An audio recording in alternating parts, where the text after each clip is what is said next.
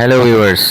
நேத்து தவேகா தலைவர் சேலம் சீலநாயக்கன்பட்டியில ஒரு மீட்டிங் வந்து போயிருக்காரு. போயிட்டு பேசுற சமயத்துல பிரச்சார டைம்ல சூரஜ் நம்பர் ஒருத்தர் உயிரிழந்திருக்காரு.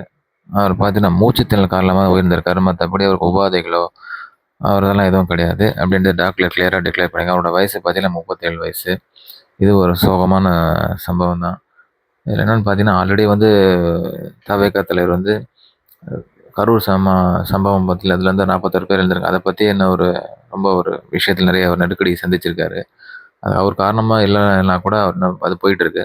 அது பார்த்தீங்கன்னா, அதுக்குள்ள இந்த சம்பவம் மறுபடியும் உயிரிழந்திருக்கிறது ஒரு பெரும் பரபரப்பு இருக்கிறது. இது அரசியலுக்காக எதிர்க்கட்சிகள் வேற வேற விதமா பேசிட்டு இருக்காங்க.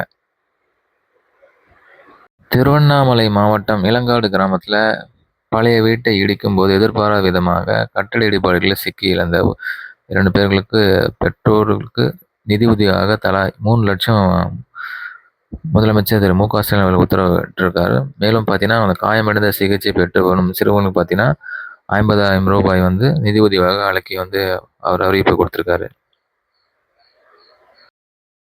அமெரிக்காவில் வாழும் இந்திய பெண்மணி ஒருத்தர், அவங்க வந்து டிராஃபிக் காரணமாக ரோடு கிராஸ் பண்ணி ஆஸ் யூசுவல் போற மாரி தான் போயிருக்காங்க. பார்த்தீங்கன்னா, திடீர்னு அங்க ஒரு போலீஸ் வண்டி வந்து அவங்க மேல இடிச்சிருக்கு. இடிச்சதுனால ஆன் தி ஸ்பாட் அவங்க இறந்துட்டு இருக்காங்க. அதுக்கு வந்து குடும்பத்திற்கு 260 crores இழப்பீடு வந்து அந்த கவர்மெண்ட் வந்து உத்தரவிட்டிருக்காங்க. இது ஒரு விஷயம் இருந்தாலும், இதுல இன்னொரு சோகமான விஷயம் என்னன்னு பார்த்தீங்கன்னா, அவங்க இறந்தே வந்து முடிக்கல, இதாவல.